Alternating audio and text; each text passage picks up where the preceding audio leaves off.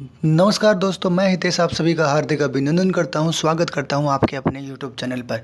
तो दोस्तों, आज का जो हमारा टॉपिक होने वाला है वो काफ़ी इंपॉर्टेंट टॉपिक होने वाला है, क्योंकि ये वाला जो टॉपिक है अभी हाल ही में चर्चा का विषय है दोस्तों। क्योंकि अभी हाल ही में जो हमारे एक कैबिनेट जो मंत्रिमंडल है, या जिसको हम बोल सकते हैं कि जो मोदी सरकार है, इसने हाल ही में एनआरए सीईटी को अनुमति दी है। और एनआरए सीईटी के गठन के बारे में अभी आगे के बारे में, या एनआरए सीईटी के आगे के बारे में कि किस प्रकार से यह कार्य करेगा और यह एनआरए सीईटी है क्या, इसके बारे में आज हम बिल्कुल डिटेल से पढ़ने वाले हैं दोस्तों। ठीक है, तो एनआरए जिसको हम बोलते हैं नेशनल रिक्रूटमेंट एजेंसी, और सीईटी जिसको हम बोलते हैं कॉमन एलिजिबिलिटी टेस्ट। तो कई बच्चों ने इसके बारे में पढ़ा है, और कई बच्चों ने मुझे कमेंट करके बताया कि सर इसके ऊपर एक वीडियो बननी चाहिए, क्योंकि ये कई बच्चों को समझ में नहीं आया है। तो आज हम इसके बारे में भी बिल्कुल डिटेल से पढ़ने वाले हैं, क्योंकि ये वाला जो टॉपिक है ये काफ़ी इंपॉर्टेंट होने वाला दोस्तों।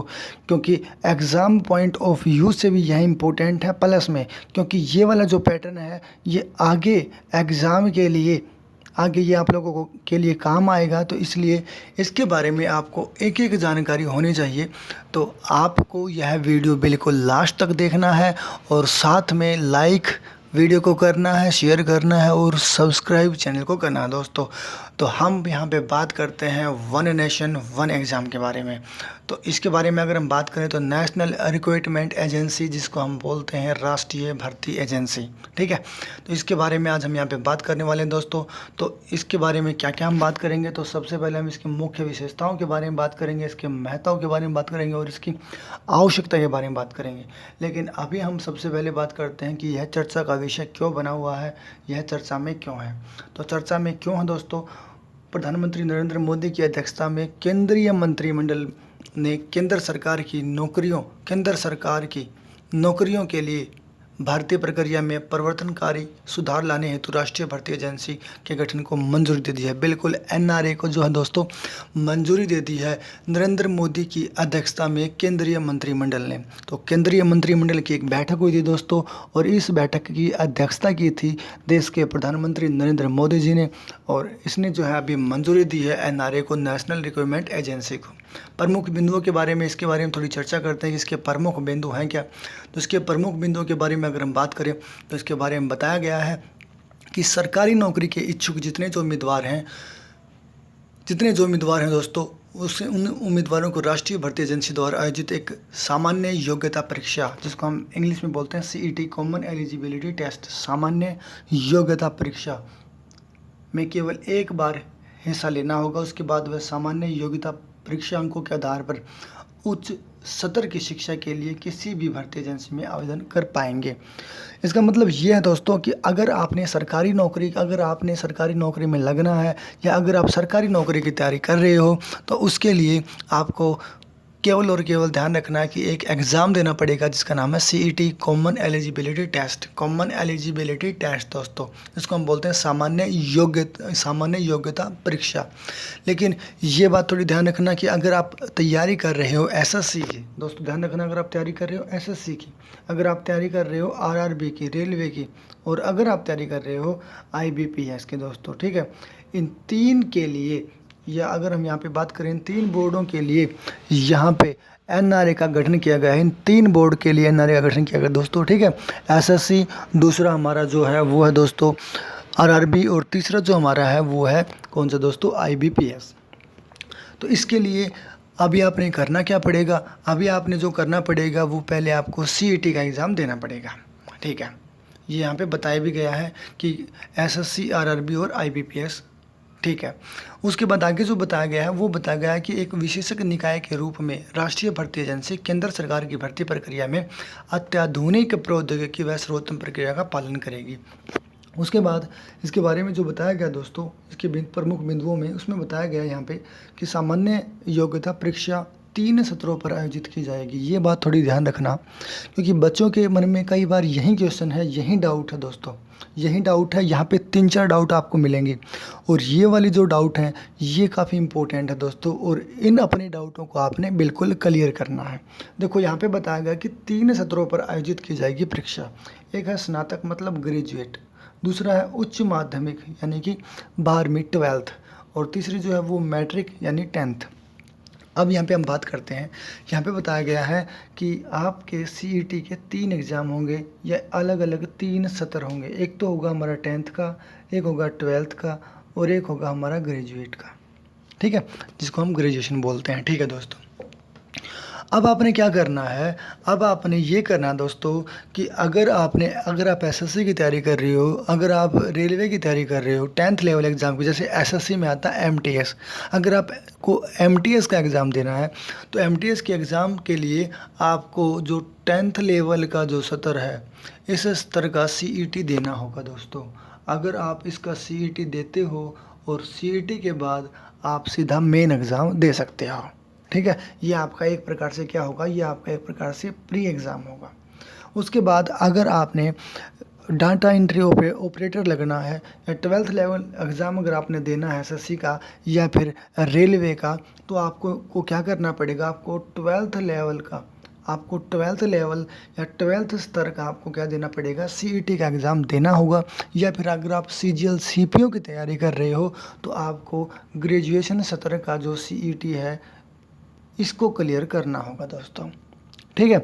हाँ, अब कई बच्चों के मन में क्वेश्चन और है दोस्तों, कई बच्चों के मन में क्वेश्चन ये है कि कई बच्चों ने मुझसे पूछा भी है बार बार कि सर अगर हम ग्रेजुएशन लेवल का जो सीईटी है अगर हम उसको क्लियर कर देते हैं तो क्या हमारा 10th और 12th का जो सत्र का जो एग्ज़ाम होगा सीईटी, क्या वो हमारा वैलिड होगा या वो हमें दोबारा से करना पड़ेगा या वो हमें इसके बाद अलग से करना पड़ेगा।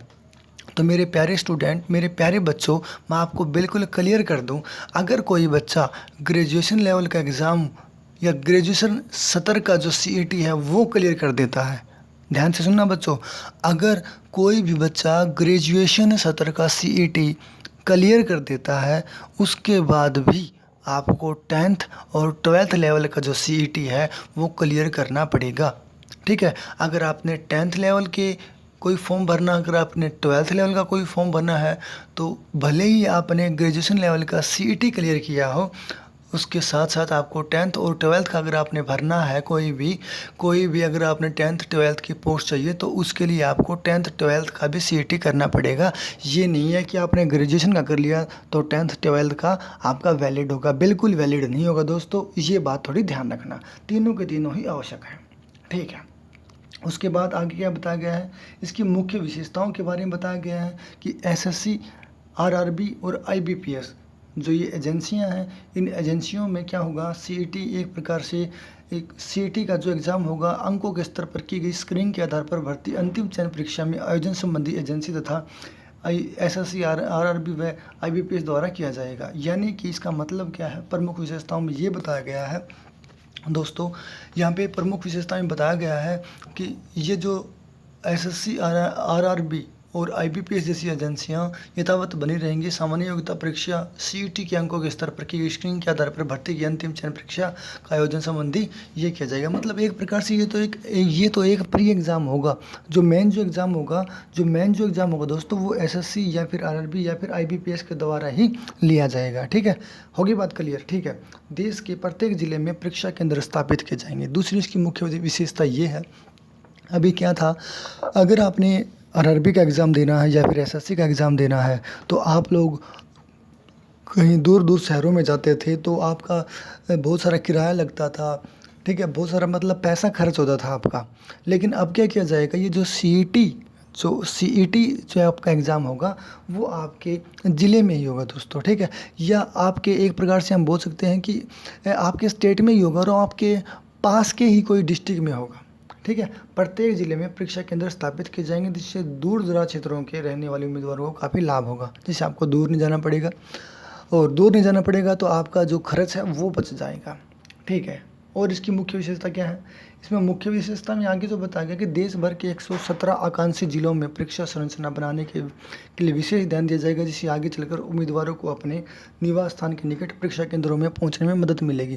कहने का मतलब है कि पास में ही परीक्षा केंद्र मिल जाएंगे और जब पास में परीक्षा केंद्र मिल जाएंगे दोस्तों तो वहीं है, आपको दूर दराज के क्षेत्रों में जाने की आवश्यकता नहीं होगी। उसके बाद आगे जो बताया गया वो बताएगा कि उम्मीदवारों द्वारा सीईटी में प्राप्त स्कोर परिणाम घोषित होने की तिथि से 3 वर्षों की अवधि तक वैध होगा। ये काफ़ी इंपॉर्टेंट है दोस्तों, वेरी वेरी इंपॉर्टेंट है, क्योंकि यहाँ पे 3-4 क्वेश्चन है जो मेरे मन में भी आए और आप लोगों के मन में भी आए होंगे दोस्तों, या आप लोगों के मन में अभी भी होंगे, तो उनको मैं एक बार क्लियर कर देना चाहता हूँ। यहाँ पे बताया गया है कि जो सीईटी का जो एग्ज़ाम होगा, कॉमन एलिजिबिलिटी जो टेस्ट है, सामान्य योग्यता का जो टेस्ट होगा जो दोस्तों, इसके बारे में ध्यान रखना, अगर आप सीईटी क्लियर कर देते हो, तो ये जो क्लियर होने के बाद 3 साल तक वैलिड रहेगा। अब ये क्लियर कैसे होगा वो भी तरीका मैं आपको बता देता हूँ। देखो दोस्तों, आपने सीईटी का एग्ज़ाम दिया है, आपने क्या किया है, सीईटी का एग्ज़ाम दिया। जैसे सीईटी का आपने एग्ज़ाम दिया, तो मान लो आपके जो नंबर बने हैं वो बने हैं 60 दोस्तों, 60 आपके नंबर बन गए। ये जो 60 जो आपके नंबर बने हैं, अब अगर एसएससी भर्ती निकालती है कोई भी, मान लो आपने 10th लेवल का दिया या 12th लेवल का या फिर ग्रेजुएशन लेवल का, एसएससी ने भर्ती निकाली और एसएससी ने कहा कि जिस बच्चे के सीईटी में 55 नंबर हैं, 55 नंबर हैं, उस बच्चों का हम मेन एग्ज़ाम कराएंगे। वो बच्चे जो हैं हमारा एग्ज़ाम देने के लिए आ सकते हैं। तो इससे क्या फ़ायदा होगा, इससे जिन बच्चों के 60 या जिन बच्चों के हम ये बोल सकते हैं कि 55 नंबर से कम है, वो बच्चे ऑटोमेटिक एग्ज़ाम से हट जाएंगे और उससे 55 से जो ज़्यादा नंबर वाले जो बच्चे हैं वही एग्ज़ाम देंगे।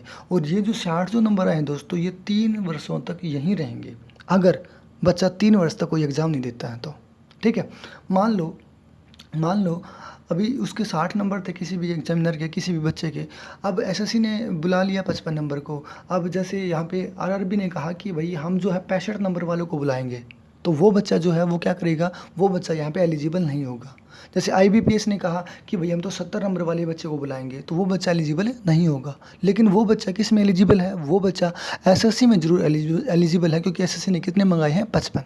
ठीक है, अब वो बच्चा कर क्या सकता है, क्या वो बच्चा 3 साल तक ऐसे ही रहेगा? नहीं दोस्तों, ये जो एग्ज़ाम है, ये जो सीईटी है, यह दोस्तों ध्यान रखना, ये जो सीईटी है यह 1 वर्ष में 2 बार होगा, यानी कि 6 महीने में 1 बार ये एग्ज़ाम होगा, 1 साल में 2 बार ये एग्ज़ाम होंगे। अगर किसी बच्चे के मान लो पहली बार एग्ज़ाम दिया और उसके 60 मार्क्स आ गए दोस्तों, ठीक है, 60 नंबर अगर उसके आते हैं, उसके बाद अगर वह बच्चा अगली बार वर्ष में दूसरी बार वह एग्ज़ाम दे सकता है, क्योंकि वह अपने नंबर बढ़ाने के लिए दूसरी बार एग्ज़ाम दे सकता है। अगर उसने अच्छी मेहनत की और अगली बार उसके 70 नंबर आ गए दोस्तों, तो उसके 70 नंबर 3 वर्ष के लिए वैलिड होंगे। यानी कि जब तक वह अगला एग्ज़ाम नहीं देता है अपने नंबर बढ़ाने के लिए, तब तक यही वैलिड है। और अगर वो पहली बार 60 नंबर का एग्ज़ाम देता है और अगली बार दोस्तों वह 60 नंबर का एग्ज़ाम नहीं देता, या अगली बार वह एग्ज़ाम देता ही नहीं है, तो उसके 60 नंबर ही रहेंगे। ठीक है, तो इस प्रकार बच्चे 1 वर्ष में 2 बार सीईटी का एग्ज़ाम दे सकते हैं और अपने नंबर ज़्यादा कर सकते हैं दोस्तों। ठीक है, आई होप आपको यहाँ तक समझ में आया होगा। जो नंबर आएंगे दोस्तों वो 3 वर्ष तक वैलिड रहेंगे। कब तक वैलिड रहेंगे, ये नहीं, ये मत लगाना जैसे एक बार एग्ज़ाम दिया और 6 महीने के बाद, या अगर 1 वर्ष के बाद उसने दोबारा एग्ज़ाम दे दिया और उसके नंबर अगर 70 आए 60 से, तो वो 70 वैलिड रहेंगे दोस्तों। ठीक है, तो इसको आपने क्लियर करना है। आई होप आपको यहाँ पे क्लियर हुआ होगा। कुछ बच्चों के यहाँ पे डाउट था, वो डाउट आपका क्लियर हुआ होगा दोस्तों। अब हम यहाँ पे आगे बात करते हैं। उसके बाद यहाँ पे बताया गया है कि राष्ट्रीय भर्ती एजेंसी का दायरा क्या है।